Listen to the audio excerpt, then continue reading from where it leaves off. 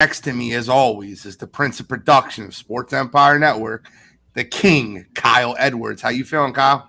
I'm good. I'm good. We're another day closer to the start of the season, so I can't wait. Cannot wait. Well, it's time. It is time. Yes. It's time to get into it. Before we get into our over-unders, NFC, AFC East, we always have our news we have to get into.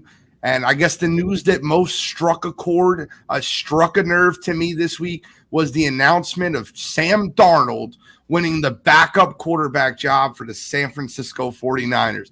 We normally don't open with backup quarterbacks, but I got a bone to pick with Kyle Shanahan this week, and I really kind of want to open that up. I've been one of Kyle Shanahan's biggest fans. I've been one of his biggest fans, right? I've never had an issue with Kyle in the past. Right now, I have a huge issue with Kyle Shanahan, and I want to make that very clear. So before I get into that whole rant that I'm about to get on, I'd like to see if I'm the only one that feels that way. I might be on my ledge. I might be on my branch. I'm often on my own branch. That happens a lot. So Godfrey, THEE, joined us from the Internet Cafe. How you feeling, brother? I'm doing all right. Testing 1, 2, 3. You guys can hear me? Yeah, we can hear you, brother. We can hear you. All Welcome. right. All right, so the Internet Cafe is not open until September 1st, so I'm just gonna sweat it out in my car, parked, and I'm good. Is the audio good? Are we good? Yeah, you're good, brother. You sound good. So, right, cool. Kyle, I'm gonna start with you, and I want to hear your honest opinion, your honest take. What's your thought process on Kyle Shanahan naming Sam Darnold as the backup quarterback over Trey Lance? I mean, it kind of makes it seem like the whole process of moving up from 12 to whatever 2 or 3 to take the unproven guy, and you can only say he got like one real opportunity to show what he could do, which was last season, that downfall he played in against Chicago and got hurt.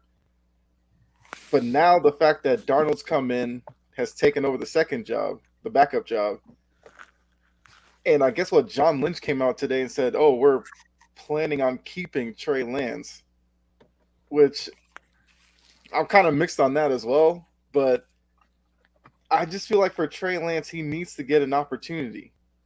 And I'm not saying he should be the starter or anything like that, because you can't discredit what Brock Purdy did last season.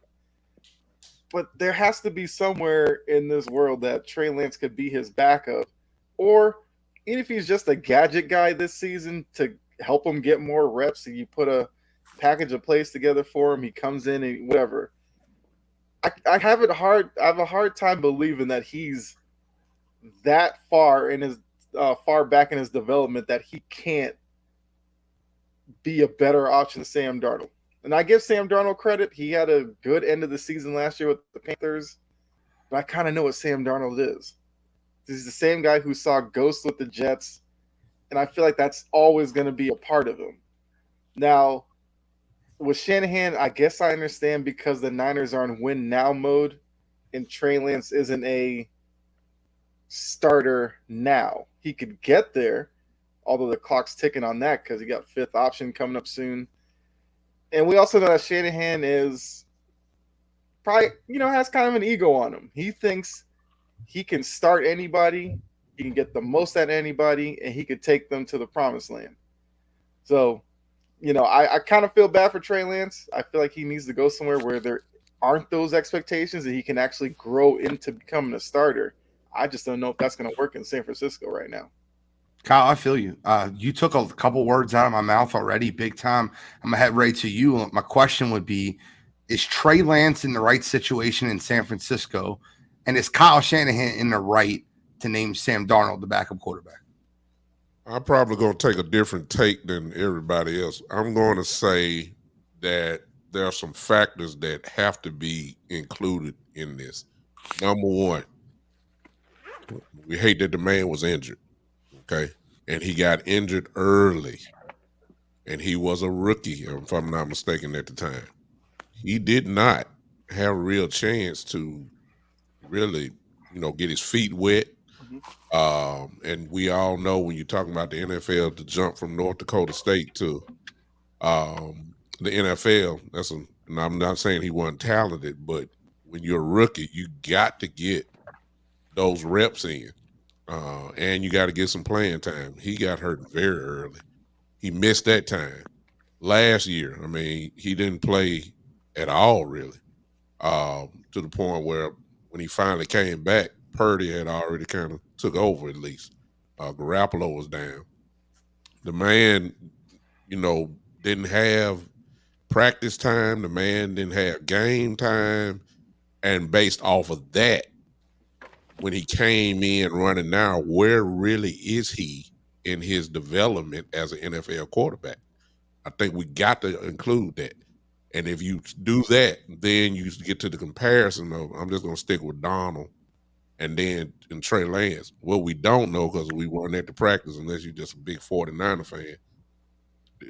Maybe Trey ain't as good as Sam Darnold is right now. That's the take I'm going to take. But if you want to go with my personal feelings, when he said today, that just let me know he's playing with him. When he said we're really trying to keep him, well, we already know what time that is. He's setting up the trade. That's what that's all about. He's trying to add some draft capital to that. That's the only reason why I said that. They're not going to keep this kid on the bench. Somebody's going to want him. He's going to end up somewhere. And I think he was just setting it up to saying, hey, if you're going to get him, you're going to have to pay a little price now. That's what I think he's doing. But out of fairness to Shanahan, where really was Trey Lance without him really playing at all, really? So that's my take on it. Well, I have fairness to Shanahan. I've been a Shanahan fan forever. I think he's one of the best offensive minds in the game. But his stubbornness and I think that he's cocky, and I think that his overly confident ability in his own self to make himself into the star of the show. But I'll get into that shortly. Brett, guard of 3. Your thoughts, Trey Lance? I'm going to steal a quote right now from the movie Uncle Drew. There's a fine line between confidence and arrogance. I think Shanahan has crossed that line this past offseason. I think Trey Lance just really hasn't gotten a fair shake. I still think he could be a franchise quarterback. I think he's not in the right situation. Clearly, the 49ers haven't been able to develop him. Part of that isn't their fault. He has been hurt quite a bit. They can't really do anything about that, but I think the reality is we're at a situation now where he just needs to go elsewhere. I think a situation maybe like send him to Minnesota. He can learn behind Kirk Cousins. They can get out of that contract and see what they have, and maybe Trey Lance would be an idea. But I think that at the end of the day, I don't really like what the 49ers are doing because we know what Sam Darnold is. At best, he's a quality backup. And you might be able to have something more in Trey Lance, but I don't think we'll be able to figure that out, except Shanahan thinks that he can take Phillip Rivers out of retirement and go beat the Chiefs with them. So I think we're at a point where he's just bought too much into himself at this point. I still think he's one of the best offensive minds in the game, but I think this offseason he's just kind of been a little delusional, and I think Trey Lance just needs to go somewhere else at this point. Arrogance is correct. I agree with you 100%. I'm ready to get on it. Godfrey, I'm going to hear your opinion, but I'm ready to go. My opinion is probably a little bit different than a lot of other people. I think Trey Lance was a project coming out of college, but I don't get how Kyle Shanahan can have it both ways. He's supposed to be the master planner, a technician. He can make anybody a QB. He can take talent and mold it. He can make him fit in the system, but not with Trey Lance for some reason. Sam Darnold is never it for anybody. That's an abomination that he's the backup quarterback. It's a joke and it's a farce. They're all dopes in San Francisco, and they've been getting lucky because they got Brock Purdy. I'm going to tell you now, the wheels will come off the Brock Purdy bus this year. If you could take Brock Purdy and make him productive, you're telling me you can't do that with Trey Lance? Are you kidding me?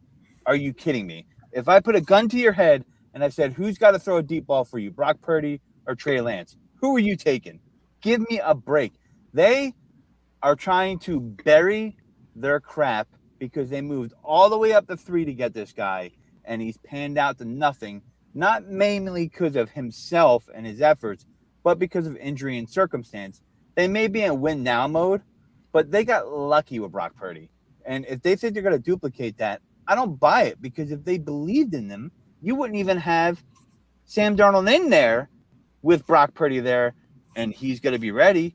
So I just think with that kind of offense and the way he runs it, the gadget plays, the different schemes he does, getting people open by using motion, how am I to buy that Trey Lance can't be just as good as Sam Darnold? I don't think Trey Lance's worst is that far off from Sam Darnold's worst. I don't understand this love affair with Sam Darnold, even comparing him to Steve Young at certain times. I think Kyle Shanahan is full of himself. I think he smells his own farts in the bathtub. And I think this dude is out of his mind to think that he's going to bring Sam Darnold in and make him Steve Young-esque. That's out of his own mouth. Sam Darnold ain't it.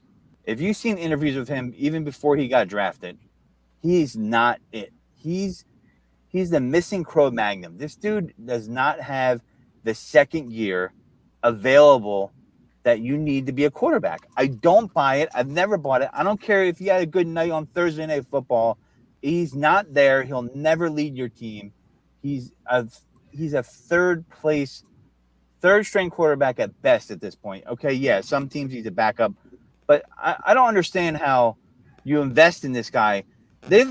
John Lynch and Kyle Shanahan must have 1,000 horseshoes and rabbit's foots in their back pockets, because any other GM and duo would have been fired. They got lucky that Brock Purdy came in because they spent that capital to go that far up to get him. And I'm telling you, this team is a fraud team this year. I've been on it. They've lost offensive line talent that they have not replaced, which is the strength of that run zone system, and they will be exposed this year. 1,000%. Give me a name. Give me a name real quick, Godfrey. Give me a name. Sam Darnold, Trey Lance. Just say a name real quick. Trey Lance. I don't care. Trey Lance? Okay, let me give you Trey Lance real quick. I got a lot to get into. That's why I wanted to go last here. So I'm going to ask you guys a question real quick. And I think you guys, if you guys listened to Wire to Wire last night, you already know the answer. But I'm gonna feed you this real quick. Trey Lance's entire football career, high school, college, preseason, NFL, total passing attempts versus Geno Smith last year. Who has more passing attempts? It was Geno Smith. Geno Smith last year had 601 passing attempts. Trey Lance has 592. His entire career, through high school until now, he's had less than 600 passing attempts. And we're like ready to give up on him. You know what I do know? I know this, right? I know Sam Darnold's career. Sam Darnold has 61 touchdowns, 51 interceptions. He has a career 43.4 QBR with a 78.2 quarterback rating. His win-loss is 21-34 in his career, and that was helped last year by going 4-2 on Carolina. Sam Darnold stinks. I know Sam Darnold stinks. Kyle Shanahan's arrogance is so in another planet that he thinks he can take any quarterback and turn them into what he did with Brock Purdy. What he did with Brock Purdy inflated his ego to another planet. You invested 3 first-round draft picks to go up and get Trey Lance. And you've given him, what, 100 passing attempts in the NFL, and you gave up on him? What's that, 3.5 games? I don't buy it. Last year in training camp, I was hearing from Brandon Ayuk and Deebo Samuel that Trey Lance was carving up their defense, and they believed their defense was the best defense in football. I'm tired of the hype behind it. Trey Lance, I hope he gets traded to a different situation where they allow him to grow. I get it. San Francisco is a win-now situation. When you walk into Frisco with the team that they have, it needs to be win now. Yes, Sam Darnold was a Heisman candidate 6 years ago.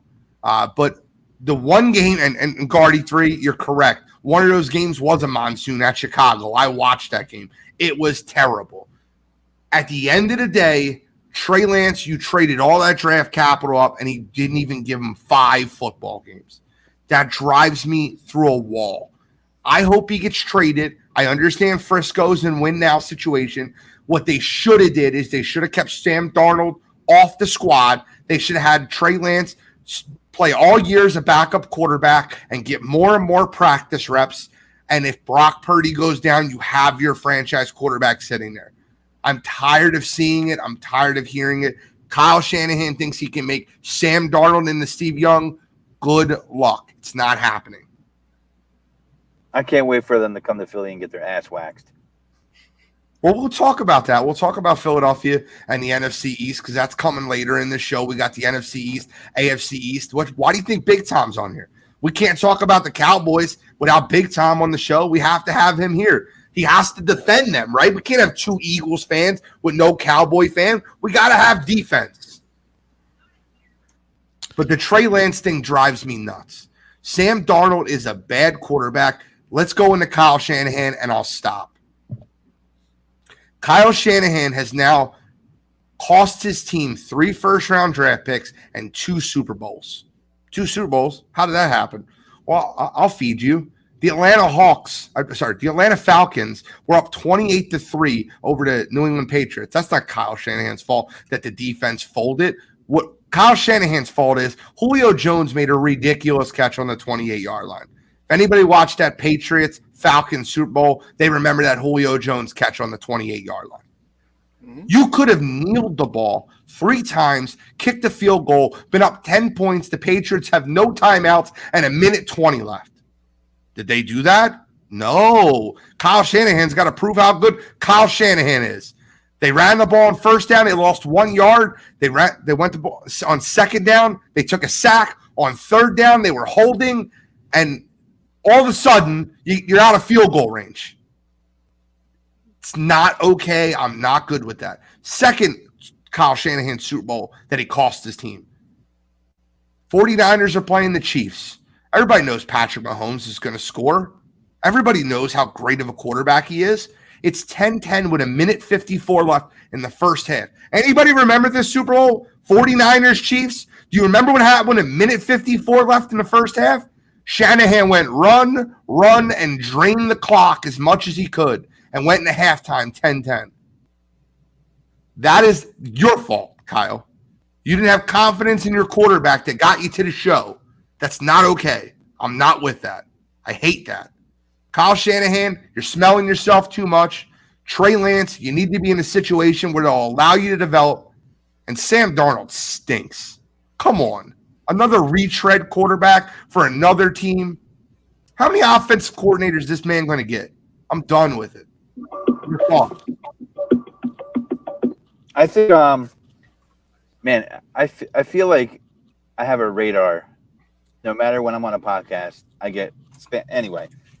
That being said, it reminds me of the Eagles with Andy Reid when they were going to put Kevin Cobb in, and McNabb was at the end of his career, and Cobb was supposed to be the perfect system quarterback for Andy's system. And the complaint a lot of people had about Andy in Philadelphia way back when in the early 2000s, mid 2000s, was, at certain points he was too in love with his system, and I really feel until Andy got to KC, he didn't start loving talent more than he loved his system and married the two.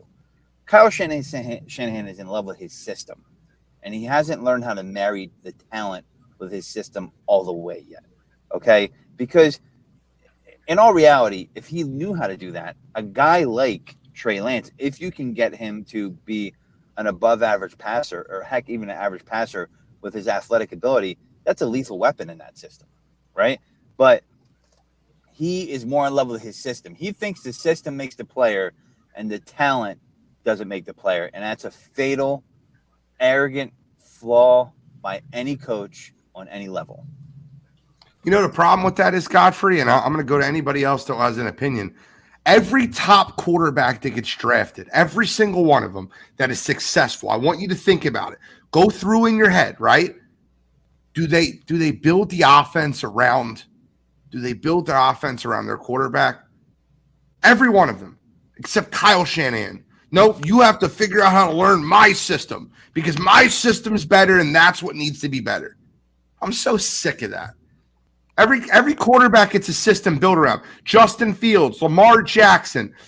Look, Trevor Lawrence. Every quarterback gets a system built around their talents and what they do well. Jalen Hurts, Dak Prescott. Every quarterback gets a system built around what they do when they're the franchise quarterback, except Trey Lance. It becomes, nope, you got to run my system. Forget that you're athletic and you can do all this with your legs and what you can do. That doesn't matter. This is why reporting sucks now, by the way. Let big time go, Godfrey. I want to hear what he says. I think that what you see from Shanahan, I forgive me, I may be the only one, but I would think that his offense kind of matched what Trey Lance did. To be honest with you, he's not a downhill thrower. Shanahan is more of a running type guy, and when you get a guy like Lance in, that only can add to the running game. I just think that I thought that it kind of fit. I just believe that once he went down, I just don't. I think it's almost a case of maybe Dak Prescott, Tony Romo, that once Purdy got rolling, he lost his job. I mean, the injury, you shouldn't lose your job over injury, but that's what happened. That's just my thought. I thought it did kind of fit because they were kind of a medium type. They really weren't throwing the ball down the field. Even Debo, when he catches the ball, it's a lot of yards after the catch. IU, he's kind of your deep threat. And then, of course, Kittle was a short passing guy, passing type guy. And then he breaks off, many yards. So I just don't think that it would. I think it did kind of fit him. Forgive me if I may be wrong on that, but I thought it fit him. And it's kind of. Go ahead, Brett. I'll say it's kind of unfortunate too with this whole thing because I think this would have been a perfect year for Trey Lance to get reps. Because I don't think Brock Purdy's going to be starting the entire year. I think he's going to get benched by week 10. You're talking about a guy who struggled to push the ball downfield, and now he's coming off an injury to his throwing arm. It's just going to be a bunch of short to intermediate passing routes. So I think they're going to make him push the ball downfield. He's going to struggle, and I think that would have been the perfect time to bring in, see what you have in Lance. But now that's probably not going to happen, unfortunately. This is the Panama Papers for the 49ers. It's the Panama Papers. They got to bury him and burn him so no one sees the mistake they made, right? Because that's what they're afraid of happening. I think they're going to not trade him because they don't want him to go somewhere else and do good. I don't know. I was never a Trey Lance guy coming out of college. I thought someone taking a year off from football that long, it was very detrimental to their pro prospects, and part of it was the pandemic. But I just don't see how, if you said he's the backup because Purdy's outplaying him, that's fine. But a third string quarterback, that's wild. Completely wild to me. That's where I just feel Kyle Shanahan is full of crap. And he's the modern day Marty Schottenheimer. He's gonna win you a bunch of games in the season and shit the bed in the playoffs.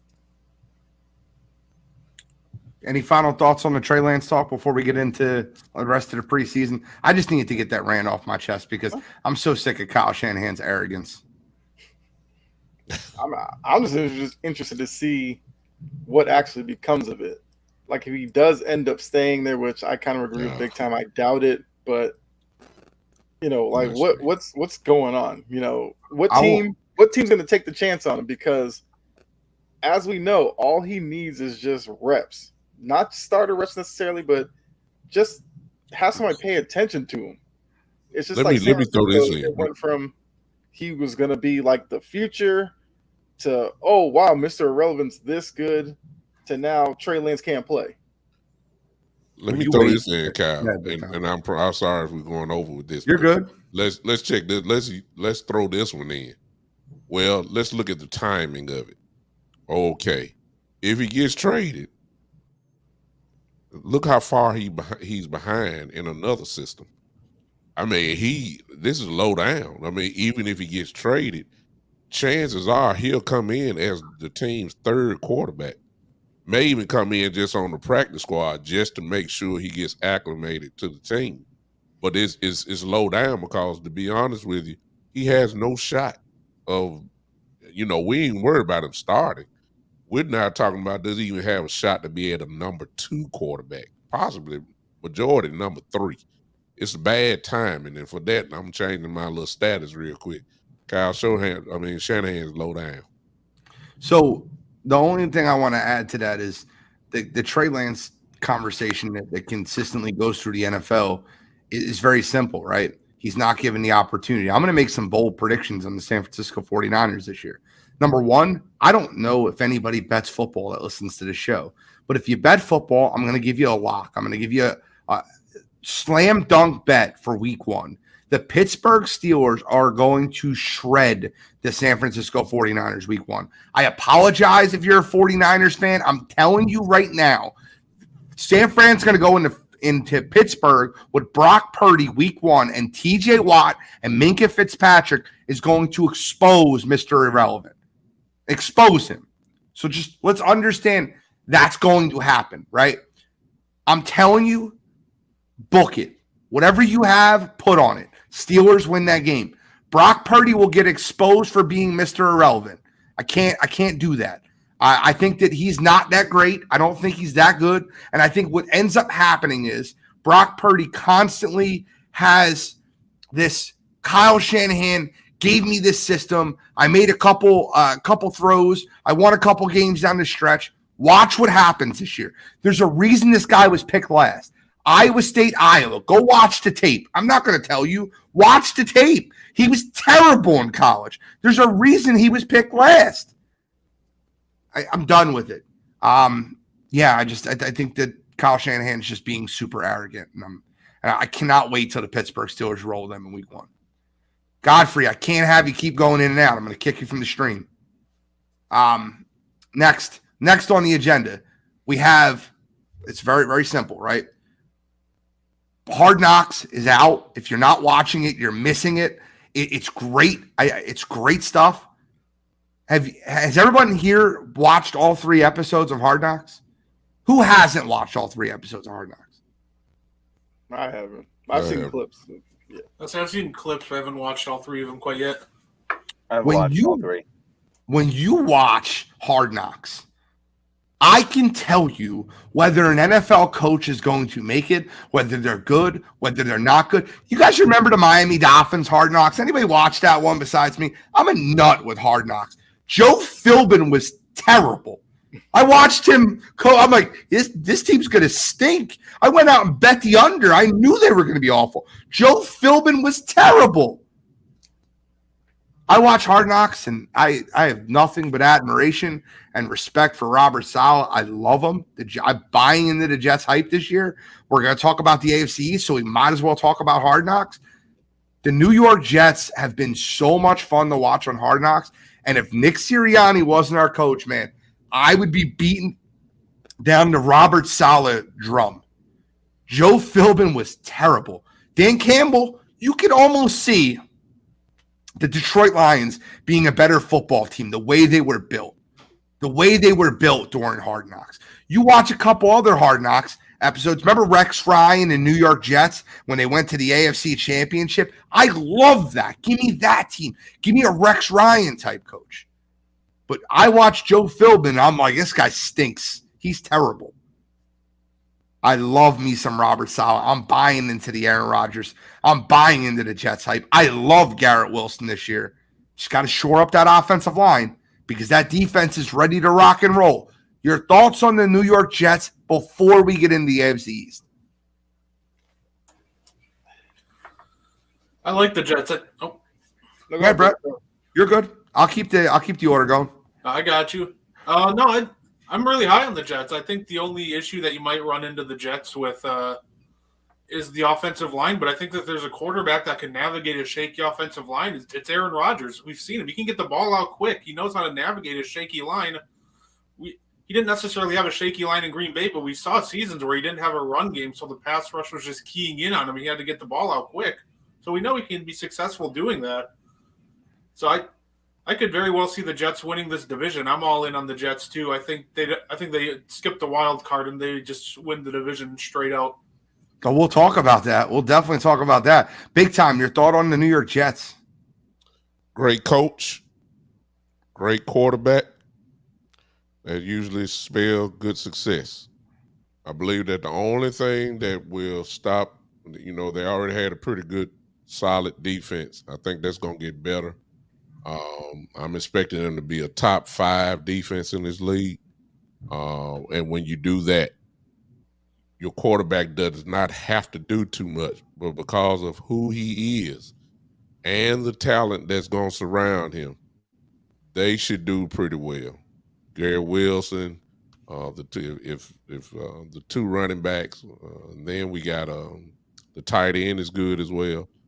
I mean, they're loaded, to be honest with you. Aaron Rodgers makes that a team better. It's not a deficiency. I know he's getting a little old or whatever the numbers are, but he hadn't had a team like this in a while. So I'm expecting them to go to work pretty early.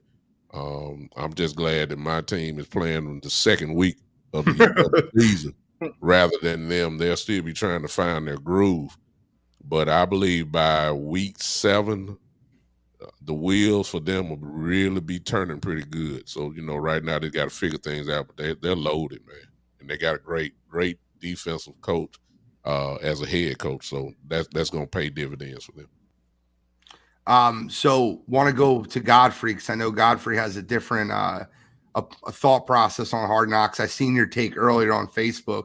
You were talking about Robert Saleh talking about calling Aaron Rodgers the GOAT, and that's kissing ass and things like that. So I would love to hear your take on that. Yeah, I mean, listen, he's a great quarterback, but to go around and squeezing a guy's butt cheeks all practice, calling him the GOAT is kind of crazy to me. I mean, he's a good player. He's one of the best of all time at the position. I guess he's the GOAT compared to what they've had in New York Jets football. If you're going to say that, maybe that's what they mean. But to me, they're excited about the prospect of being a better team because now they have sealed up the gaping hole that was in their team at quarterback. But I still think there's a little bit of Hard Knocks hype on it. I mean, I think they're going to be very good. I think they're going to be competitive. I don't know if they're going to make it to the Super Bowl. I think the AFC East is a harder division than people are going to give it credit for. And I think, we'll get into the win total once the over and under comes up later on in the show. But, I definitely it's a form of ass kissery. I mean, like, the coach is calling him the GOAT. Everybody's calling him the GOAT. I'm like, what planet are they on right here? I'm like, okay, he's the GOAT. You guys want to call him the GOAT? And they're giddy about it, and then with Woody Johnson coming in saying, I'm inspired by you guys and how this team came together. It's been 3 weeks. This dude gets bling on his neck. I'm sorry. That was mad cheesy. If Nick Sirianni did it, I'd be calling it out. I've called him out for that, wearing Kenneth Gainwell t-shirts and things like that in the past. And I was watching and I'm like, what is going on right here? And listen, there is some Hard Knocks hype. Like I was in on the Lions too, but they started out 1-6 last year. He had to have that run to save his damn job. Now, Saleh's a great coach. I've always been a fan of him. It's hard to, wield out a good team without a quarterback, no matter how good of a coach you are. That's just the reality of the NFL. So hopefully this gives him the opportunity.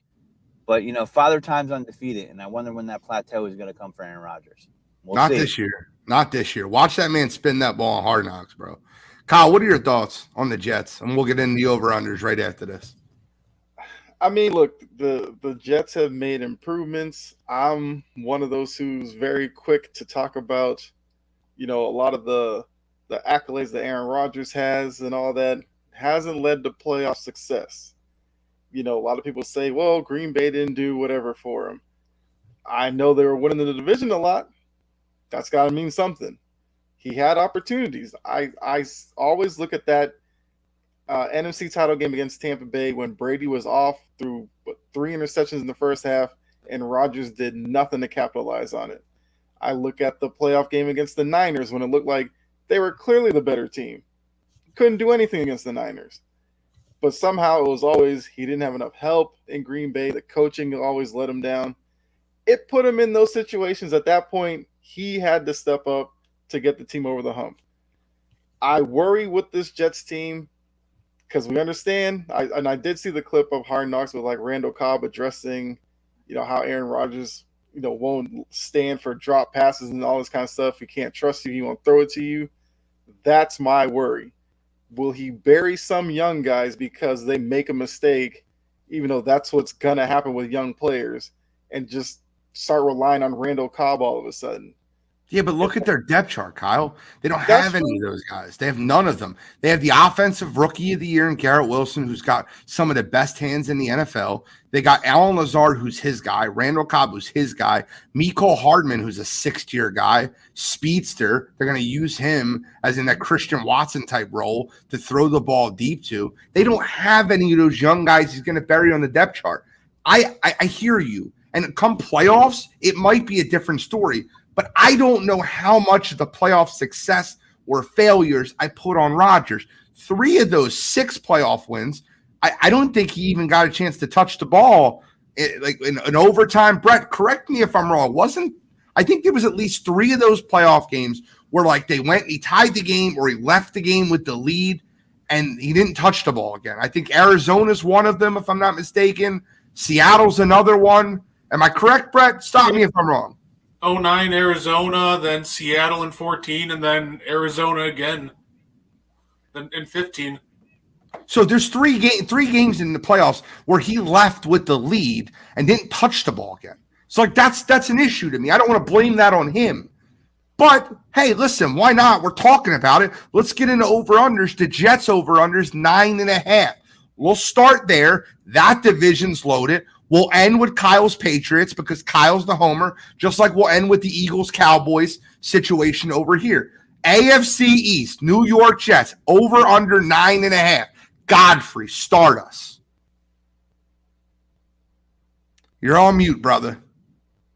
I'm going to go over. Okay. Yeah, 100%. I can see them getting 10 wins. I mean, I don't see that as an impossibility, and that over is perfectly set. You know what I mean? I just, unless Rodgers gets hurt, I don't see them not being over 9.5 wins. Okay. I love that. I love hearing that. Brett, what do you got? Over under 9.5. New York Football Jets. I got over. I got them winning the division. I got them winning 13 games this year. He went 13. He stood on his take. Go ahead. Tell him, Brett. No, absolutely. I think this is a team that somehow won 7 games. They trotted out Mike White, Zach Wilson, and occasionally they rolled out the corpse of Joe Flacco at some point. Like, this is a team that had a top defense last year. The offense just couldn't get it done. I think Rodgers alone, you're talking about that can come in and he at least adds another 4 wins. And now you're adding him. You didn't only add him. Alan Lazard is a very good second option. And also, not to mention, he's one of the best run-blocking tight end or receivers in the game. So now you just boosted your run game. And you've added Dalvin Cook. I think you're looking at a situation where with all these new pieces, they come in. I think maybe they lose a couple games right at the beginning. But I think once they hit their groove at like week 5 or 6, I don't think they lose like very many games, if any at all. They're just going to go on a really killer run in the second half of the season. I can't wait. I cannot wait till the season starts. Big time, over, under. Is anybody going under? Let's hear it. Maybe big time will. Big time, over, under, Jets, 9.5. I initially was thinking about their division, and I can only see them sweeping the Patriots. That's it. Everything else is kind of a split. I have them right at 11, somewhere in that area there. Probably right at 11. Definitely will be probably a wild card team. I think Miami is going to win a lot of games this year. They'll make the playoffs, and then which is good. Like I said earlier, sometime it happens like this where a team really find their groove. And when you got a quarterback like him and you got that kind of talent around, it can happen. And a wild card can run you straight to the Super Bowl. So I got them winning 11 games, and I think they're going to do well. The AFC playoffs could be pay-per-view. I'm not even trying to be smart when I say this. You could have a 17 playoff that has Patrick Mahomes, Joe Burrow, Josh Allen, Aaron Rodgers, Lamar Jackson, Trevor Lawrence, Justin Herbert. That could be your 17 playoff. That would be wild. Kyle, over under 9.5. Are you going to be the Lone Ranger? I'm gonna go over. I was hoping I had a Lone Ranger. I know I don't. If I'm not gonna go 13, I'm not going crazy right now. I think they're probably 10, 11. I don't have any doubt about Rodgers performing in the regular season. My question will come once they reach the playoffs and they face some of those same quarterbacks that you just talked about, and whether or not he can step up. But I think he gets them to the playoffs. I'll give him that. All right, well, I'm going to go over 2, and I'm going to make a bold prediction for the New York Jets. They are my AFC runner-up. I have them making it to the AFC Championship and losing. We'll get into that in a little bit. But I think the Jets win the division. I think that they win the division going away. I don't think they have to play their starters week 17, week 18.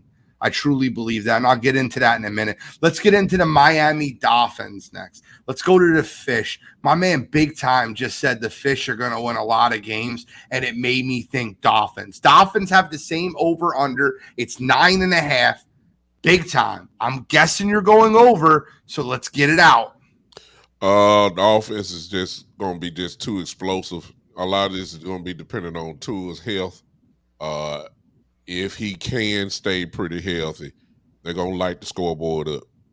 They were doing that last year. I don't see why that would be a change. One of the things that is going to boost them up as well is when Jalen Ramsey comes back. When he comes back, that defense just got better with Howard on the other side. The defense is going to be a little bit, they're going to be pretty good too. I'm banking on that. When it comes to the Dolphins, though, and for some reason, it makes no difference what version of Miami it is, unless you're going back to the 70s. When it get cold, for some reason, they fizzle out. This happens every single year, and we all know that the division that they're in, the weather alone can slow them down. When we start talking about these track stars, when you go to Buffalo in November and December, there's 10, 11 inches of snow on the ground. I mean, you're not explosive. New England the same way. That they're the NFC. The Jets place as well. They slow down, but they're starting off. It's going to be a track. Going to be a track session going on, and they're going to score points. So. They're going over. I have them winning the division. Even though I said that, I still think they're going to be able to win the division. They should get out of there. So I'll go second on this one. I actually have the Dolphins winning 10 games. I have them going barely over. I have the Jets winning 12, Dolphins winning 10. I think the Dolphins will win 10. I think one of the things that they did this offseason that made a lot of sense was they brought in Mike White to be their backup quarterback. Because I don't think Tua plays all 18. I just don't believe it. I'm not fully, and if I'm being completely honest with you, I'm nervous for the kid. I'm scared for him. I think if he gets another big hit or big concussion, that might be it for him. That's it for the Dolphins season. But with Mike White, he can continue running the offense and winning football games. I'm not a huge believer on the Dolphins. I can be swayed to the under. This is definitely not something I would bet. But I'm going to go over 10 wins. I think their talent is – they have a track team. They have a really good track team down there. I also don't think they'll have to worry about going to a cold weather town like Buffalo, but you'll find that out next. Kyle, over under 9.5.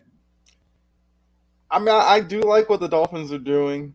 Not a big fan of Tyreek Hill, but that's more off the field than necessarily on the field. Correct. But I kind of see them as a 10-win team as well. Like, as a Patriots fan looking at the other 3 teams, I think the Dolphins probably are the scariest of the 3 because of the potential that they have. As long as Tua is healthy, and I do agree that Mike White is definitely an upgrade over, I guess it would have been Skylar Thompson. Skylar Thompson. They had Teddy Two Gloves who couldn't suit up when they needed him to. Right. Shocker. I like Bridgewater, like you said.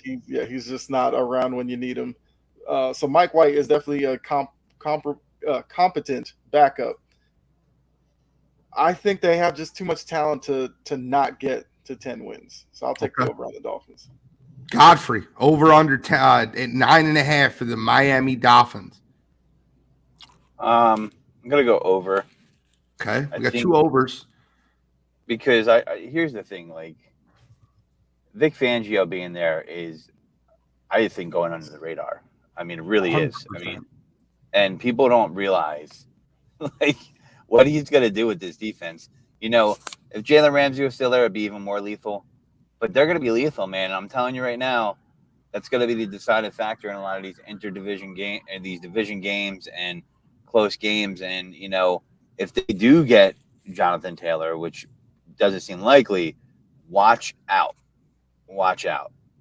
And so I mean I think they're gonna contend. I think they're gonna contend with the Jets. I really do. I think it's gonna be the Jets and Dolphins, and you're gonna see a renewed rivalry of a Jets Dolphins rivalry that's been there for years, but this time you're gonna have 2 teams that are actually good. Okay. Well, you brought up the Vic Fangio defense. I love their defensive depth. I really do. Raekwon Davis is an underrated nose tackle. You have Emmanuel Ogbah, Jalen Phillips, former first rounder, Bradley Chubb, obviously a first round draft pick. They added Jalen Ramsey. They have Javon Holland. They are loaded across the board defensively. And Vic Fangio has all the ingredients, right? Like we always talk about, dude, is it the ingredients or is it the chef? We know the chef is good. The chef is on. Vic Fangio is a good chef. Now we get in the ingredients. Miami's defense could be scary. Brett, over under 9.5. I had them over. I also had them at 10 wins, but I think they could also get as high as 11 or 12. I think it'll just come down to if Tua can stay healthy that entire year. That offense is just too explosive for any defense to contain. And then they got, Hill, Waddle. It chains a freaking monster. He can run. So I think they just got so much speed on that offense, and they got so much talent on that defense. So I got the over. I got them at 10, but I could see them going. I can imagine the track team that they have, Brett. Brett, the track team that they have, Devin Achane, track star, right? Raheem Mostert, second fastest guy in the league. Nobody even knows how fast he is. He ran 22.9 miles per hour last year during an NFL game. He's fast, right? You have Tyreek Hill. You have Jalen Waddle. They have a track team. You know another person that gets under the radar as far as speed? Cedric Wilson is a speedster that they have in the slot. They have players that can run. We'll see. But you know what team keeps getting thrown under the radar here? No one's mentioning the defending champion of the division, the Buffalo Bills. Buffalo Bills won the division. We're talking about the Buffalo Bills who were in that battle with Kansas City just 2 years ago. The favorites to win the Super Bowl going into last year. We remember the Buffalo Bills. Y'all remember opening night, what they did to the Rams? They were the favorites. You remember them going into Arrowhead and beating the Chiefs last year? Everybody remembers that, right? The Buffalo Bills under the radar. Let's get into the Buffalo Bills next because nobody circles the wagon like the Buffalo Bills, and their over-under is at 10.5. Kyle, over-under 10.5, Buffalo. I think it's going to be difficult to get to 11 wins. I'm going the under. Like, looking at their schedule, their last, 9 games, they have the Bengals, Broncos, Jets, Eagles, Chiefs, Cowboys, Chargers, and then end with the Patriots and Dolphins. That's going to tell a lot about their season and how good they're really going to be. But I got to go under. I think that's an easy under. Ooh, easy. So you think 9 wins, 8 wins? Okay. Yeah, I don't see them as an 11-win team. Not with all this. Buffalo falling off the wagon. It's just, the Josh Allen, Stephon Diggs stuff. The Josh Allen since Daboll's left, and he keeps regressing.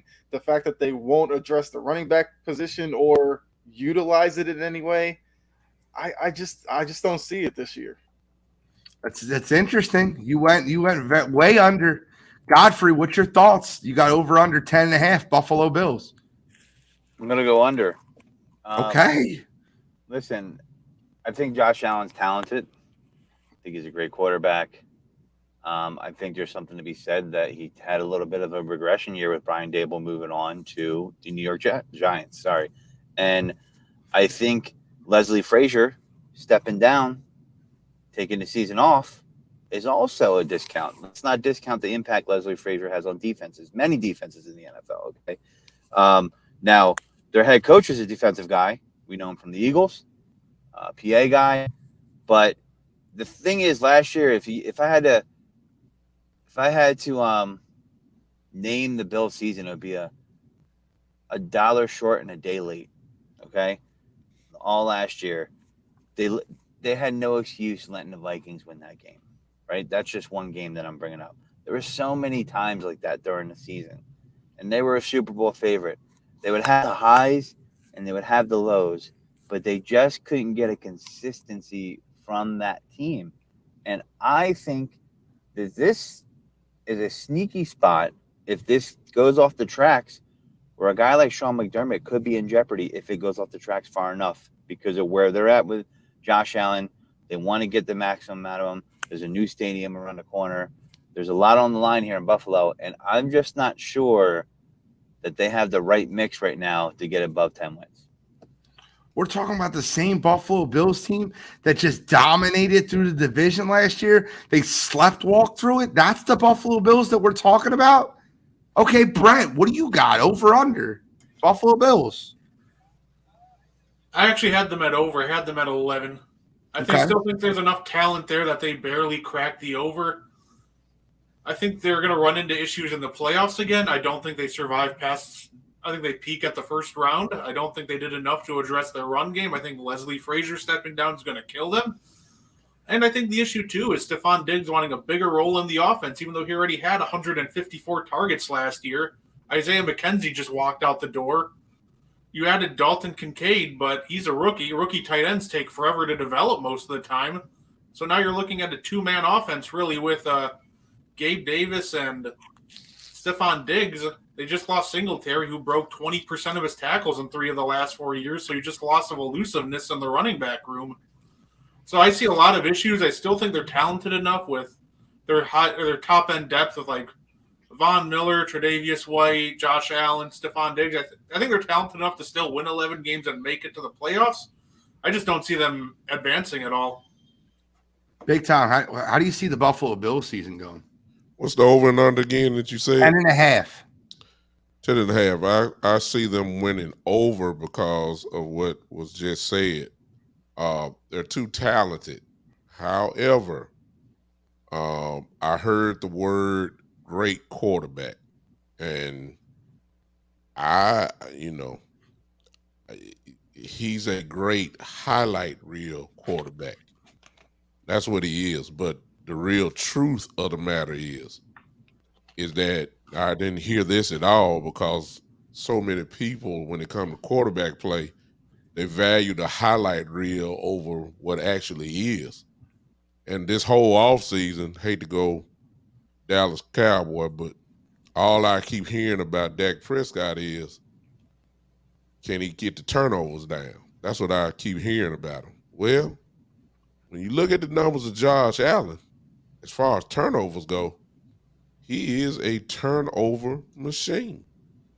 That's just the real truth about it. And I know everybody loved the highlight reels, but can we look at what this man has done? He's double digits. He had 14 interceptions last year. Previous to that, he had 15. It's been only 1 year in his quarterback play that he's had less than 10 interceptions. That was 1 year. Every other year, he's double digits in that. I ain't even got to the fumbles that he's had. The fumbles that he's had last year, it says that he had 12 fumbles. We know how loose he is with the ball when he scrambles. So when you add the interceptions and fumbles up, he had 13 fumbles last year. Now, that doesn't mean that it was 13 turnovers. It just means that he got the ball knocked out of his hands. Some of it was recovered by his own team and himself. But that hurts you in the playoffs. Josh Allen is a turnover machine. He's a turnover machine. I know everybody say he's great and all that, but y'all look at it for yourself. Yo, would you take Josh Allen or Dak Prescott on the Cowboys? I would take Josh. If you just want to have, I would take him, but that does not exclude him from I being love that objectivity. I mean, I'm just saying it still does not negate the fact that he is a turnover machine. He is. All He this is, coming but from a Dak man that Prescott- picked you. Hold on. All this coming from a man that picked them to go over 10.5 wins. Big Yeah, I time. mean, they always get over 10.5. They always get over that. But when we start talking playoff football, Mhm. and when we start talking about quarterbacks, what is the rule of the quarterback in the playoffs? Don't turn the football over.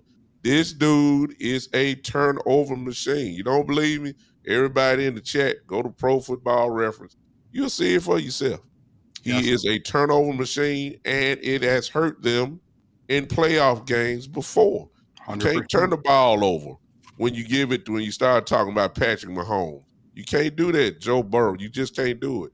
His stats prove he is a turnover machine. The ESPN highlights have covered that, even to the point where we say, oh my God, Josh Allen is great. But you let Dak Prescott go 4 or 5 years with double-digit interceptions, and we'll get, because he just had 1 year, and everybody say, oh my God, you got to turn over. He's a turnover machine. But comparing Allen Dak been doing it Prescott his whole career. Comparing It's Dak true. Prescott to Josh Allen is like comparing a push lawnmower to a race car. Not doing that. I'm not doing it. I'm saying But I saying mean, that you can't he's negate the collect- fact It that doesn't. he is a turnover machine. That's all I'm saying. It doesn't, but he makes up for a lot of his legs. I mean, listen, his turnovers increased and his interceptions 100% increased. That's the regression he had last year. But the guy still is a dynamic playmaker. That's why they're always his conversation. Interceptions didn't increase last year. 14, right? He had 15 the year prior with Brian Dable. Just So hear me out. 2 to 1, right? Hear me out. I think the Buffalo Bills better start the season 7-1. I have them going under. I have them winning 8 games this year. I have them finishing last in the AFC East. Whew. Listen, hear me out. Hear me out. Josh Allen, like Big Time said, is an absolute turnover machine, especially without Brian Dable. Sean McDermott is a defensive head coach. Their offensive coordinator is Ken Dorsey, who's a guy that Josh Allen bullies over. When Brian Dable left the building, Josh Allen went rampant. Trying to make plays that weren't there, ran outside the offense. That's just problem 1. Let's go to problem 2. There's locker room issues. I don't believe or buy for 1 second Stephon Diggs is happy in Buffalo and him posting, I want to be here. I don't believe it for 1 second. I think there's issues, internal issues in Buffalo. I believe that the culture is, which is why I think Leslie Frazier stepped away. I'm gonna take a step back for a year. I don't want to be a part of this drama. I think that the Buffalo Bills, the wheels fall off. I think they start strong. I think they lose a couple of games they shouldn't, and I think that the wheels fall off the table around week 9 or week 8. They have a very light schedule to start. Like, I go through the Buffalo Bills schedule and I look at it. I think they lose week 1 at New York. They get an easy win. They get to play the Raiders at home for their home opener. They play the Commanders, who are going to be better than you expect. They better hope they win that one. They play the Miami Dolphins, the Jaguars at home. They get the Giants at home. Then they go play the Patriots. They get the lowly Buccaneers, and then it starts. They go at Cincinnati. That's a place they don't want to play. Cincinnati has their number. They got to play at Philadelphia. They got to play Kansas City. I think they win 8 games. I think the wheels fall off. I really believe it. I'm just giving you my take here. I think the Buffalo Bills finish last in that division. And if I think last in that division is 8 games, let's get into New England Patriots. Because the New England Patriots, everybody has written them off as being the worst team in the division. They're not going to be able to compete. Everybody's better than them. Their over-unders at 7.5. I'll start you here. I will go over. I've seen this story told before. I've seen it before with New England. 2 tight end set, 2 strong running backs. They're going to run the football. They're going to control the clock. They're going to play defense, and they're going to win a lot of football games you don't expect them to win, including, do not be surprised if they win week 1. I'm telling you right now, Philadelphia going up there with Bill Belichick having all that opportunity to plan. Philadelphia's Achilles heel is stopping the run. You're going to run Ramondre Stevenson and Ezekiel Elliott up the middle. They're going to run 2 tight end sets. They're going to go 4 yards. They're going to run that play clock down, and they're going to play conservative football. I think Philadelphia gets out there with a win. I do. But don't be surprised that that game's a little closer than you expect it to be. I have the Patriots winning 8 games also, finishing ahead of the Buffalo Bills with division record. And I think they're better than people expect. I wouldn't be surprised they win 9. I think they're going to play smart football, ground and pound, run it up the middle. Their strength is their interior offensive line, and they have 2 physical running backs with 2 strong tight ends. No one's talking about Mike Gesicki just got added to that roster. He's a great blocking tight end. I like him this year. I really do. I think the Patriots are better than people give them credit for. Don't discount Bill Belichick. I will take them going over 7.5. Kyle, you go last on this one, brother. Big time. Right back to you.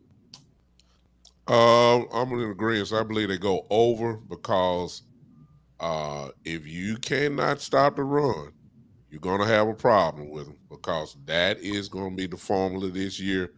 A little play action pass, Juju and Gesicki will be open because they are going to run it. You can see the stacked boxes already. If Matt Jones can play under control and just don't turn the ball over, they're going to win games. And then, of course, the great Bill Belichick will have this defense playing pretty good.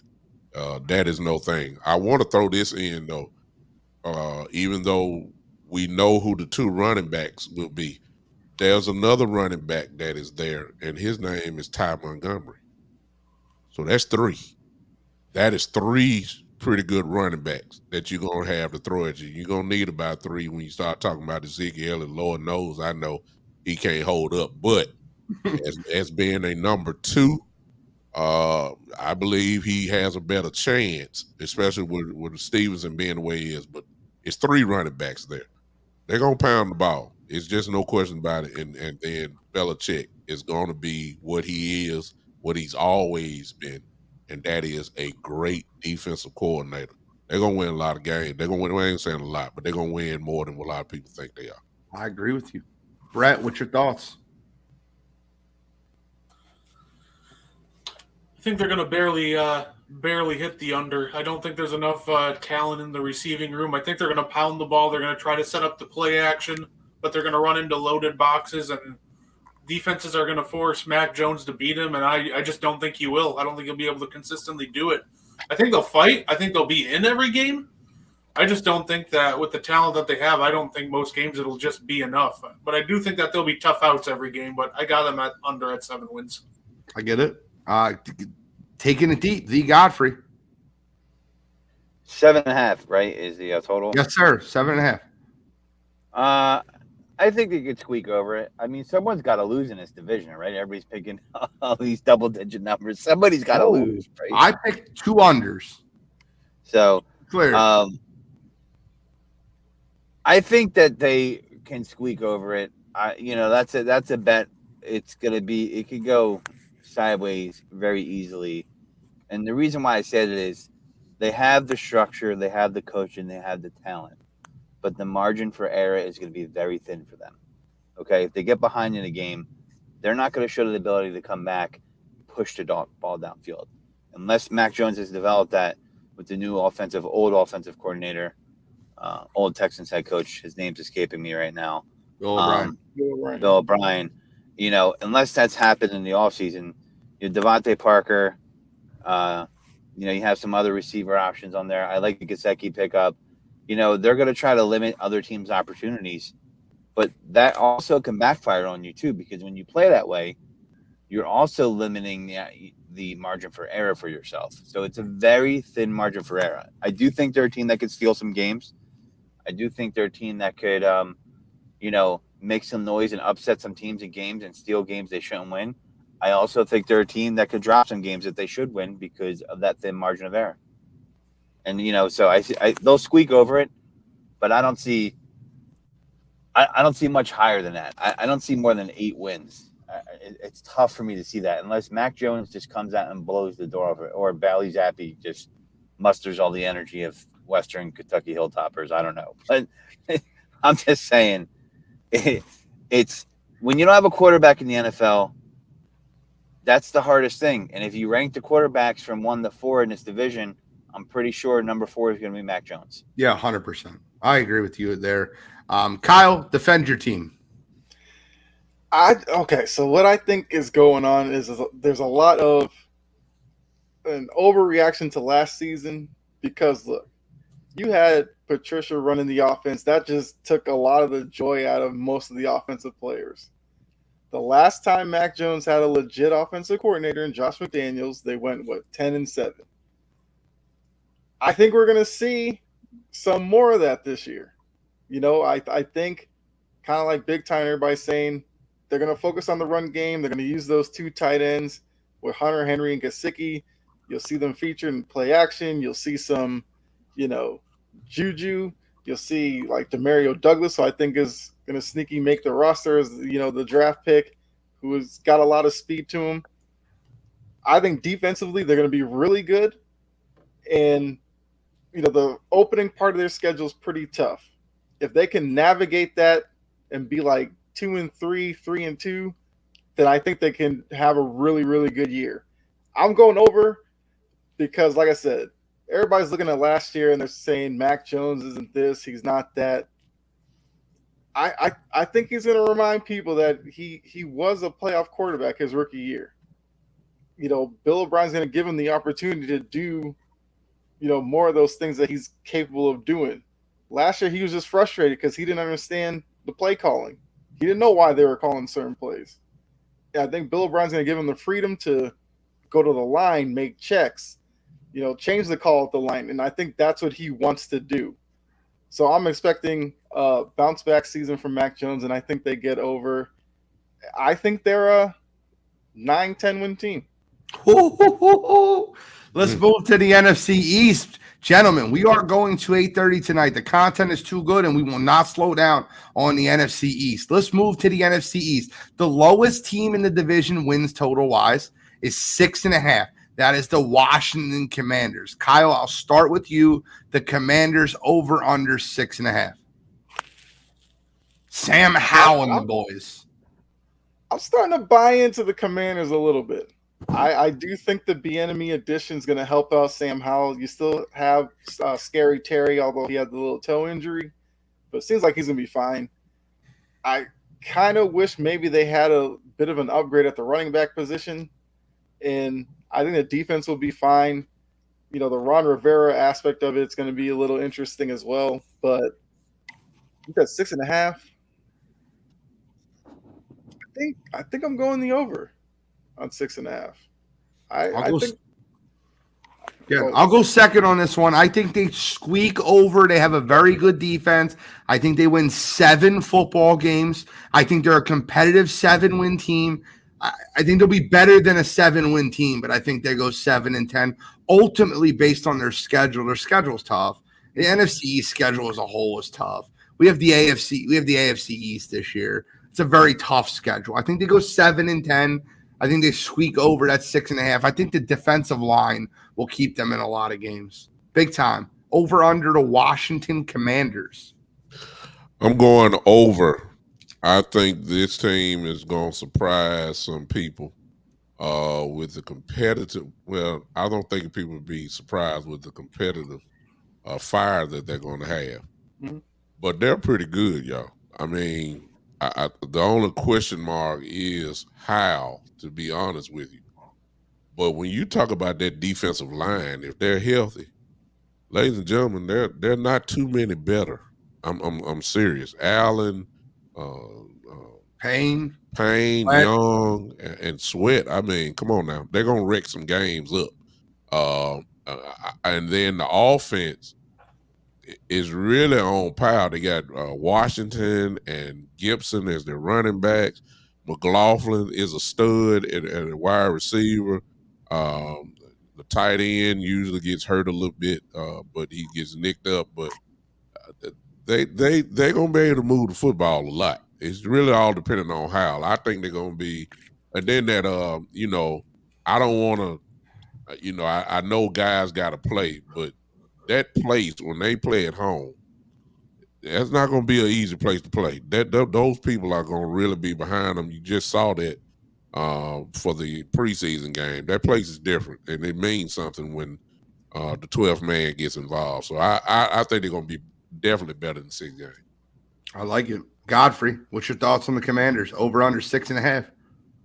Under 6.5. To quote Robert Saleh, there's not enough Commanders on that team. There's too many survivors and contenders. Okay? And when you blow your load and almost give arguably your best offensive weapon an injury, playing him late into a preseason game so you can win a meaningless game against the Ravens, I don't know if this organization has enough durability to survive the obvious headbutts that are going to come back and forth from Bieniemy Rivera. I don't know if they have enough stability to do that. And I think once it gets past a certain point, Josh Harris will bring in a couple basketball people and be like, guys, we got to tank. Okay? We got to lose some games. All right? We got to get some high draft picks and get some assets in here, and Sam Hinkie is going to come in here and consult for him. Now, that's not really going to happen, but listen, they want to have a shiny new toy going into that new stadium eventually, or not new stadium, new ownership group, all the stuff that's going to be around the corner for him. I think this is a transition year. I just don't see him getting past 6.5 wins. They might trade some people. So injuries happen, and you already got your best weapon talking about turf toe because of a meaningless game. I'm not buying into it. They have a brutal schedule. Let's not lie about it, right? They open up versus the Cardinals. That should be an easy win. They got to go play at Denver. They got to play Buffalo, Philadelphia, Justin Fields. Then they get a win, I think, versus Atlanta. They got to play the Giants, and then they play the Eagles again, then at New England, then at Seattle. It's a tough schedule, guys. I don't want to lie to you. But I think that the tough schedule to start the year really helps them, because I think Ron Rivera gets fired by week 6 and Eric Bieniemy is named the interim coach. I think the offense looks good and the defense is shaky, and Eric Bieniemy gets his shot and gets his opportunity. I think the Commanders finish the season strong. Brett, what's your thought process? Over under 6.5? So I don't have Ron Rivera making it through the season. I think I got them at the under. I think they'll start out strong. I think they'll go in and I'll beat Arizona, and I got a bold prediction. I think they go to Denver and upset the Broncos, and then the wheels just fall off for them. I think they just end up going on a long losing streak. I think you're just looking at just an absolutely brutal schedule for a team that's just limited on weapons at this point. They have Scary Terry, but beyond that, Antonio Gibson, he didn't really see much of production out of him last year. Brian Robinson was hit or miss, so I just don't think they have enough. And I think you're going to see a lot of change, and I think you're going to see a team that towards the end of the year, I agree with Godfrey, you're going to see a team that's going to end up trying to tank for Caleb Williams to try to get that new shiny new toy to when they go to their new stadium. I got the under. I'm tagging Freddie because we're going to the Giants now, and I want him to hear this. I want to say it out loud.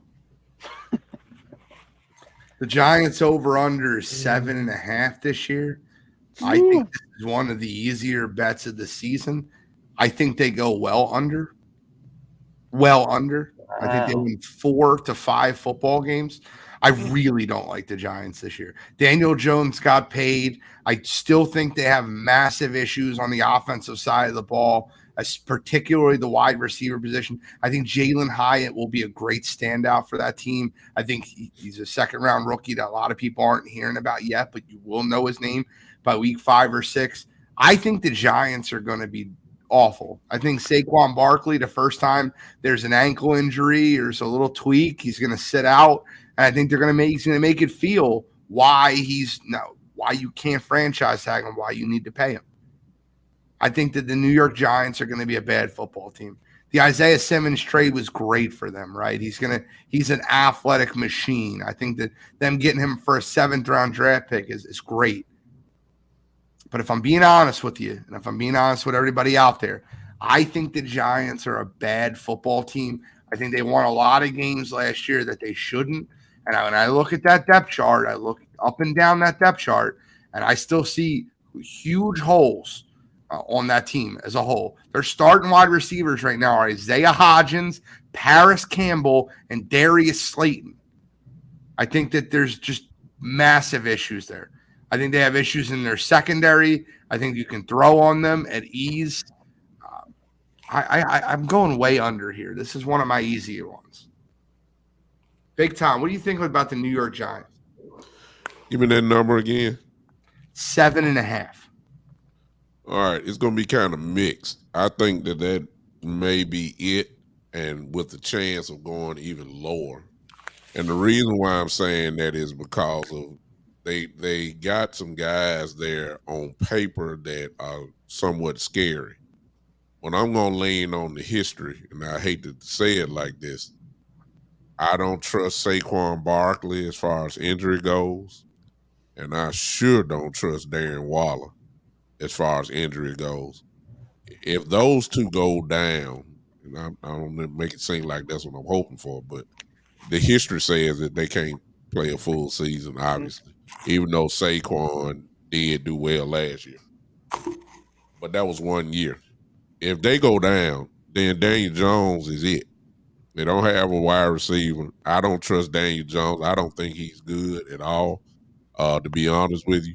But if they can stay healthy, I will give them 7 games. I will give them that. So you're still going under. They're over 7.5. They got to get 8. Yeah. Oh, well, it's not 7.5. They're not going to win 8. So I guess I am on the under. I don't think their defense was a pretty good defense last year, though. I will give them that. I think they were top 10, if I'm not mistaken. They were. They were top 10. And they didn't improve on the secondary, though. Their starting corners are Adoree Jackson and Deontay Banks. I hate that. I hate their safeties. Jason Pinnock is not a good secondary is weak. You go into a game with them planning to throw the ball, but I will give them credit for getting Isaiah Simmons in. That does help.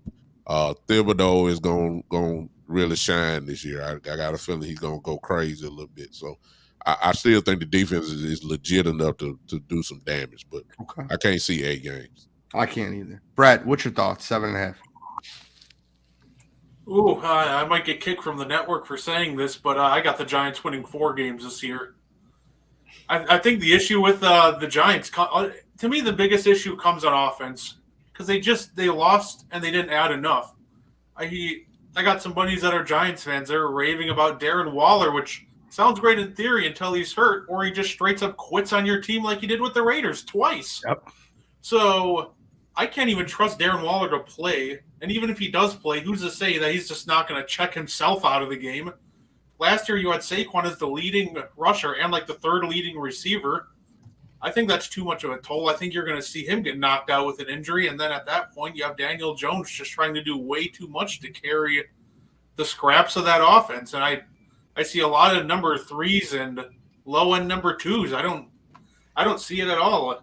I think the defense is what's going to keep some of these games close, but I think the schedule is just so brutal that you're just going to they're just going to come in and just run right through New York. So I think they win 4 games this year.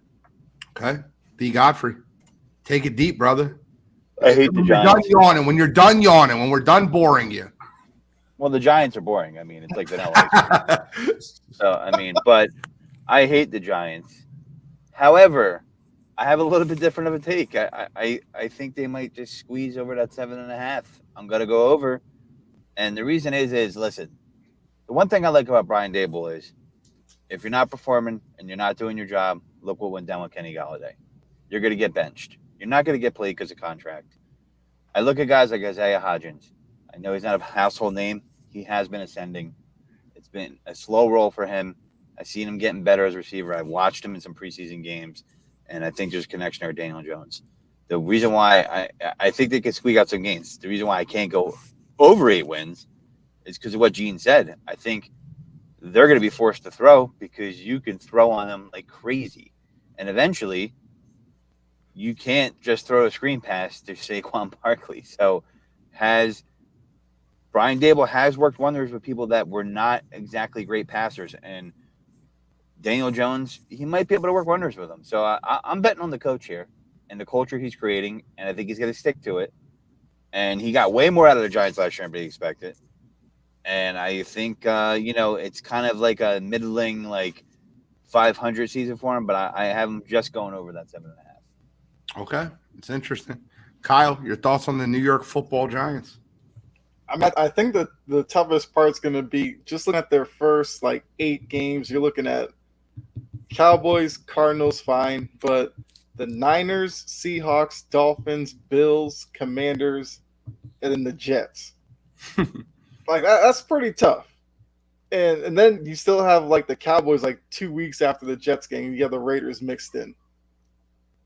I mean, that's probably what 2-6 you're looking at, and at that point there's gonna be a lot of questions going around the team, just about how good they are. Darren Waller quits. I mean, if you start 2-6, he may contemplate. He might make a business decision on that one. I'm so sick of him, bro. I can't. He quit in that playoff game, and I'll never forget it. I watched it happen. It was embarrassing. I couldn't take it. Well, I mean, look, you figure you're playing a sport. The playoffs are when you're supposed to shine and show up. If you could, make yourself think about quitting in a playoff situation, then I can't rely on you if the team is 2-6 and they're looking to you to make a big play over the middle to possibly get us a win. He may go alligator arms. I don't know. So I said Giants 12-3. There's 17 games, my guy. You're too short. You gotta give me more than that. I'm sorry. He's predicting the 1968 season. I get it. I love David Burns. David Burns has been awesome in the chat. Let me run it. I mean, he could be predicting 2 ties. David is a Cowboy hater. He stays on my show, so he already know. That's why he's laughing now. He's been waiting on to hear about the Cowboys. So that's where we're at. That's where we're at, ladies and gentlemen. Yeah. We have 7 minutes. We have to get into Eagles Cowboys. We got to wrap up. We're not gonna shortchange the Eagles and Cowboys. Let's go to the Dallas Cowboys. Dallas Cowboys you guys are gonna be really shocked. I'm gonna go first on this. Big Tom will go last. And then come Eagles, I will go last, and Big Tom will go first. So Dallas Cowboys over/under is 9.5. What? I like the over. I think they win 10 football games. I'm not in love with the over, guys. I'm not in love with the over. I think the Dallas Cowboys defense is top 5 in football. They have top 5 cornerback room. They have a top 2 edge rusher room, if not 1. They have good interior run defense. Everybody talking about Mozzie Smith. First, he was the second coming of Jalen Carter. Then he was terrible. I'm telling you, Mozzie Smith is going to be fine. He's a run stuffer. He's not going to stand out to you on tape. He is going to plug the middle and let the linebackers eat. You guys have to understand that. The Dallas Cowboys are going to win 10 football games. That's where I see them at. I think it's a very tough schedule for the NFC East, guys. Teams are going to win and teams are going to lose. But the Cowboys as a whole are a good football team. They added depth with Brandon Cooks as their number 2 receiver, which just JC translates Michael Gallup to a number 3. He might be the best number 3 in football outside Tyler Boyd. Dallas is good. Don't lie to yourself. Don't kid yourself, Eagles fans. Don't be a hater. They win 10 football games. I'm going over. Kyle. I mean, look, with the Cowboys, it comes down to they're usually pretty good in the regular season. Then the questions start in the playoffs. But we're just talking regular season here. I know big time. I'm not trying to, I ain't saying nothing, man. I'm letting y'all talk, man. No, I'm just saying most people look at the Cowboys. They're like, 9, 10, 11 wins in the regular season. And it's just whether or not they can get to the Super Bowl. But as a regular season team, they're going to be good. I mean, 9.5 is a tough number because I see them around 10. It's just whether or not do I go under at 9 or give them the 10. I'll go over. I'll give them 10 wins. I'll give them 10 wins this year. Okay, that's 10 wins so we got 2 overs. Godfrey, I know where you're going. I know the Eagle blood runs deep with that. Godfrey, go ahead, Godfrey. Tell me under. Be careful, Godfrey. It's an under. I mean, listen. I have reasons behind it, though. Okay. Who's the offensive coordinator now? Oh, that's Brian Schottenheimer. What a genius that guy is. He's such a genius offensive coordinator. Isn't it's Brian Schottenheimer, right? Mike McCarthy running the offense. The reason they moved out Kellen Moore is because Mike McCarthy and Kellen Moore had differences of opinions. Another genius, Mike McCarthy. Another one. I mean, listen, I just think, Tony Pollard's not an every down back. That's going to prove it. Not that he's not talented. There's durability issues that I said before the injury that he had. And that's why, they kept him. He's a talented guy. But can he get enough touches to be a feature back? Are they going to have the right mix for him? Are they going to run the ball more? They're not going to throw it downfield like they did under the Kellen Moore offense. And I just think that there is not a lot of depth on that offensive side where it's going to overshadow that defensive talent. And I think your future head coach next year, when they go under, is Dan Quinn. And I think Mike McCarthy, he's on borrowed time. I don't care what anybody says. They can win a lot. They can win here. If they get over that, what's the total again, Gene? 9.5? 9.5. I'm going under because they get over that. It's only because it's a weak NFC. I mean, I'm sorry. I just don't. Dak has lost a step.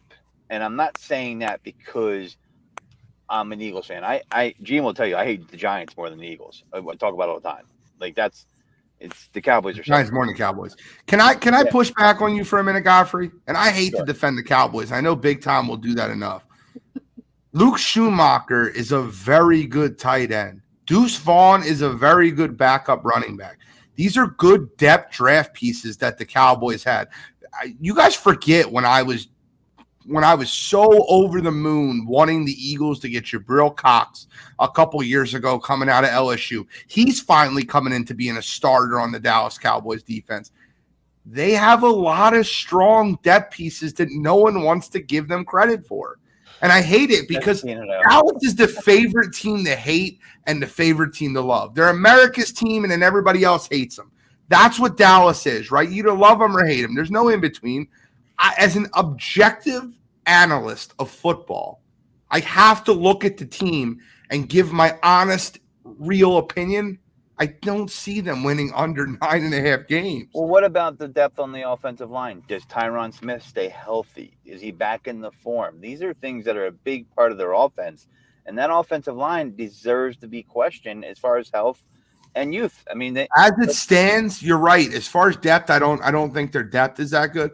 But as it stands, that offensive line is strong. I love Tyler Badaz when they drafted him out of Wisconsin. I loved him. Zach Martin's the best right guard in football. Tyron Smith is still a very good left tackle. And Terrence Steele is the top 10 right tackle in football. Like, don't lie to yourself. They're a good football team. Brett, over under 9.5. I'm going 9. I'm sorry. That's fair. Right, over under 9.5. I'm sorry. I'm talking too much. No, you're good. I'm going to go under. I'm going to go 9. And I think there's an X factor here that to go along with the super tough schedule this year. Mike McCarthy teams are some of the most penalized teams in the league. I think the issue that they're going to run into is I think they're going to have all the talent in the world. But I think once you start mixing in turnovers, but not to mention, I think the issue is if they come out like most Mike McCarthy teams do, undisciplined, and start giving free yards to the Jets, to the Bills, to the Eagles, I think you're looking at a lot of losses that should have been wins just because of stupid little things like false starts, holdings. So I'm going to take the under, and I just think that it's going to be because self-inflicted wounds, honestly. It's fair. Big time. The floor is yours, sir. I love this man. Well, ladies and gentlemen, we're going to get this out the way. To answer the question, definitely over 9 wins, without a doubt. We're talking about a team that has won 12 games the last 2 years. Well, that's past, but let's just go last year. My starting wide receivers last year was CeeDee Lamb, Noah Brown. I think we're a little bit better now. Brandon Cooks destroys Noah Brown. Last year, my defense has progressed up, just going upward. Last year, my starting cornerbacks was Anthony Brown and Trayvon Diggs. This year, Stephon Gilmore, Trayvon Diggs. I think that's what you call upgrade. My defense is going to be a top 5 defense possible. I've already said they're going to be a top 3 this year. We're getting after the quarterback this year without a doubt. Just too much fire coming. Now, everybody pretty much in agreement with the defense being better. That alone is going to keep you in a whole lot of ball games without a doubt. Offensive side, to go back to what Godfrey was talking about, the Cowboys are not designing to have Tony Pollard as a workhorse running back. He never was. That's why we got two to three guys. The name that hadn't been called is you call Deuce Vaughn now, but Deuce is not going to be the number 2. It's going to be probably Rico Dowd, who's showed in the preseason that he's able to do it. The only thing that has messed him up is injuries. That's it. Other than that, what you've seen him do now, he's been doing that. So he's going to be good. Hunter Lemke is a guy who does not get any credit. That's our 4th running back. I think he's going to be somewhat of a power goal line back. We're loaded. I don't expect the offense to be as good as the defense. If you add up and say, hey, who are your top Dallas Cowboys offensively and defensively? Well, everybody want to point at Dak like he's Dan Marino or somebody. But if you ask who are your top Cowboys, Dak is going to fall probably right between 7 and 8, to be honest with you. He's not a top Cowboy. The responsibility is not going to be on him. The only thing that I would give credit for and the question mark about the Cowboys is just like I believe Godfrey said, it is the offensive line. If Tyron Smith goes down or if Zach Martin goes down, we've already seen who the backups are because they're playing right now. They've given up at least a minimum of 4 to 5 sacks per game. That's what's going to be the problem for the Cowboys this year. If we're going to be objective, that's what the problem is going to be. It's going to be offensive line issues. If they can stay somewhat healthy, the Cowboys will do what they do. Now, let me throw this in, and then I'm done. Here's another fact that you guys don't want to admit. Dak Prescott owns the NFC East. 27-6 in his career. Ladies and gentlemen, he is 8-3 against the Philadelphia Eagles. He is 10-2 against the Giants. He's 7-1 against Washington. When you do this year after year, it ain't no coincidence. He ain't scared of nobody. So we act like it's the same teams, guys. It's not the same. I agree. It's different. I'm just saying when you play a team twice a year, you kind of know what's going on. And we're not, I realize we're talking over 7 years. My point is, Dak Prescott, when he's there, the Cowboys usually come out on top. That's all I'm saying. So I understand who the Philadelphia Eagles are. I give them credit. I understand. But somebody need to understand why most folks are harping on Dak and this 1 year of with a broken thumb and all that kind of stuff, his interception total. Please understand that this guy wins against the NFC East. I'm done. Right, well, you get to start. You get to start. No. You get to start with the NFC East, the division winner, the Philadelphia Eagles. The over-under is 11.5, and I'm sure you're going under, so I'd love to hear why. I think no. Surprise. I think they're going to go. I think that's about right for them. I do believe they're I can see a reverse, to be honest with you, Gene. I can see a reverse of last year. Last year, the Cowboys won 12 games. Usually, that would not only get you a NFC East championship or any division championship, but usually 12 wins will usually get you home field advantage. Yeah. But last year, the Philadelphia Eagles had such a great year that it put the Cowboys even at a wild card round. I can see that actually reversing this year. I think that the Philadelphia Eagles can win 11, 12 games, but I just think the Cowboys going to go over their usual 12 games the last 2 years. I can see 13 wins for the Cowboys, maybe 14, somewhere in that area. I think it's just going to reverse around. That's what I'm thinking is going to happen. Okay. It ain't because of Dak Prescott. It's not because of Dak and all that. I just think that my defense this year is just going to light it up this year. That's what I'm believing. That's fair. It's fair. Guard a 3. Guard a me. Guard a 3. Let me know. Eagles, 11.5. I got the over. I got them hitting their 12th. I got them hitting their 12th win by week 15. I got them winning 13 games all year, and I think the reason that they go 1-2 in their last 3 is they're solemnly playing their starters because they have the division on lock by week 16.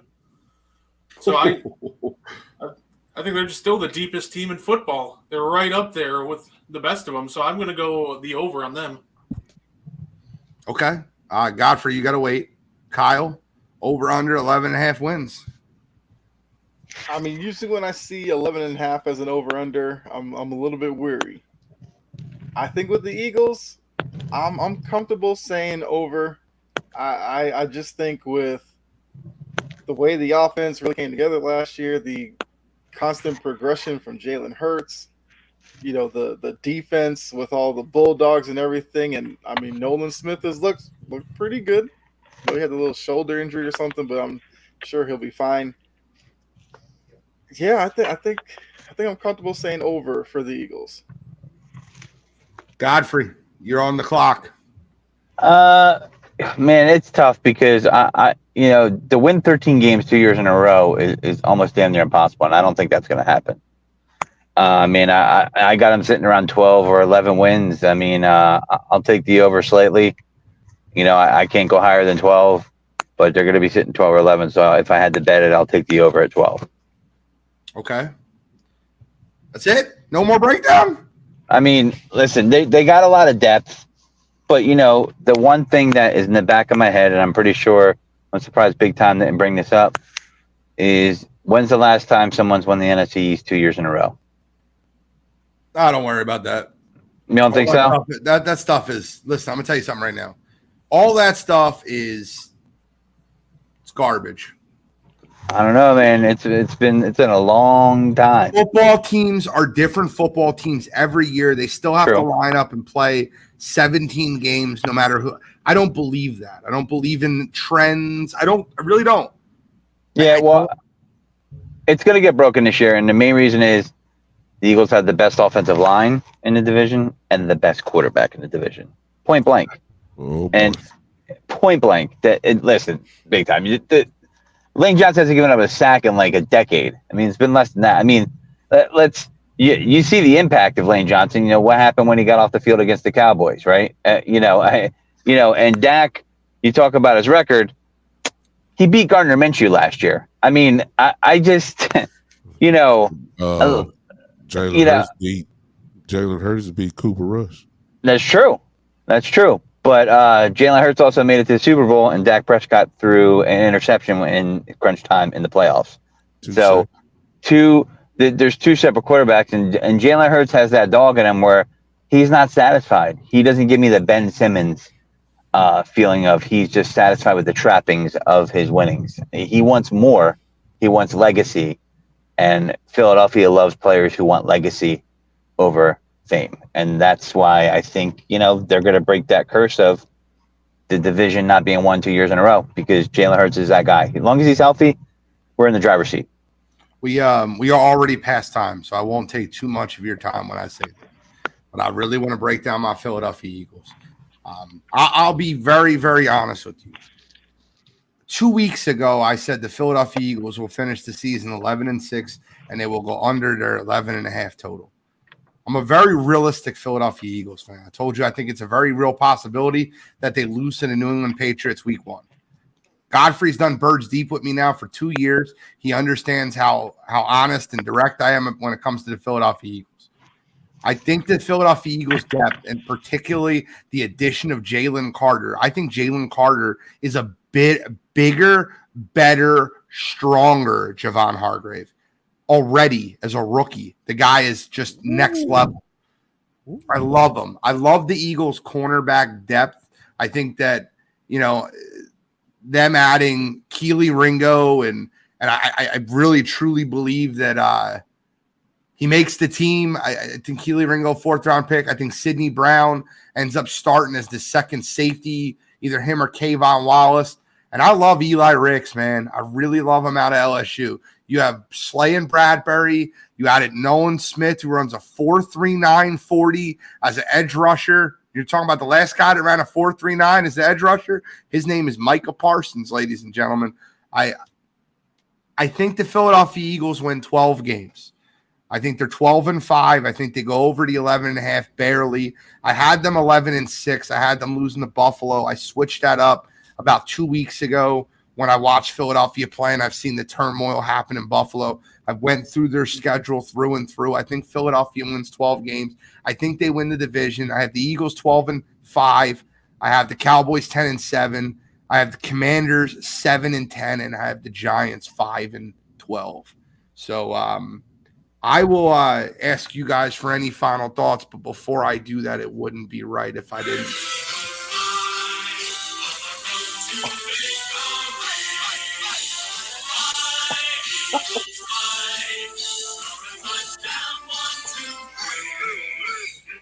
I won't go too far. I see Big Tom put his head down, but any final thoughts? We're already past time. It's been a phenomenal show. I got to turn it down. I didn't turn my phone back down. But any final thoughts, and we'll go around the horn. We'll end it with Big Time because he's been a big guest on the show. You obviously see all the comments shouting Big Time out. Guardy 3, man, let me tell you something real quick. Let me take 1 second to let you know. You have been incredible tonight. I love talking sports with you, man. I love your series. If you haven't checked it out, Guardy 3 is doing a top 13 NBA basketball players of all time. He's an NBA encyclopedia. Guardy 3, tell him where to find you, brother. I appreciate that, sir. Thank you. You can find me on TikTok at Guardy3. You can also follow my Twitter and Facebook at Brett Gardapi, and Guardy3 also has its own Facebook page, so make sure to check it out. Otherwise, you can just find me here on the Empire Network in the morning and for Line in the Sand on Tuesdays. Bro, you've been awesome tonight. Thank you so much. My man, Taking It Deep with D. Godfrey, the guy I get the pleasure to work with every week on Birds Deep and on Sideline to Sideline. Godfrey, any final thoughts? Kyle Shanahan is a punk, and that's it. I like it. The Prince of Production for Sports Empire Network, the King, Kyle Edwards. Any final thoughts? I'll just keep it simple. Football season's here. We got college football coming up. I mean, this is the best time in the sports calendar for me. And then last but not least, Big Tom, really appreciate you joining the show tonight. You brought a ton of fire. You always do. Any final thoughts? 2. 1, if you're not following all of these gentlemen here, why not? You should follow them immediately. You heard how, all of the knowledge that was brought forth on this show on tonight. Follow everybody here, and you guys will be entertained without a doubt. They will not waste your time. Number 2, I might as well go ahead and hit a home run here. Here it is, ladies and gentlemen, as I leave you guys tonight. Thanks for everybody that popped in on the show. The Dallas Cowboys will sweep the Philadelphia Eagles this year. I'm done. I love living. Listen, and because Sideline to Sideline is a wire-to-wire and a Sports Empire production, I do get the final word. And I promise you that does not happen as long as Jalen Hurts is the quarterback of the Philadelphia Eagles. We had a great show. I appreciate everybody tuning in. Sideline to Sideline this week. I'm Wire to Wire Gene. That's the Prince of Production, Kyle Edwards. Taking It Deep with D. Godfrey. Guardy 3 and Big Time. We are signing out.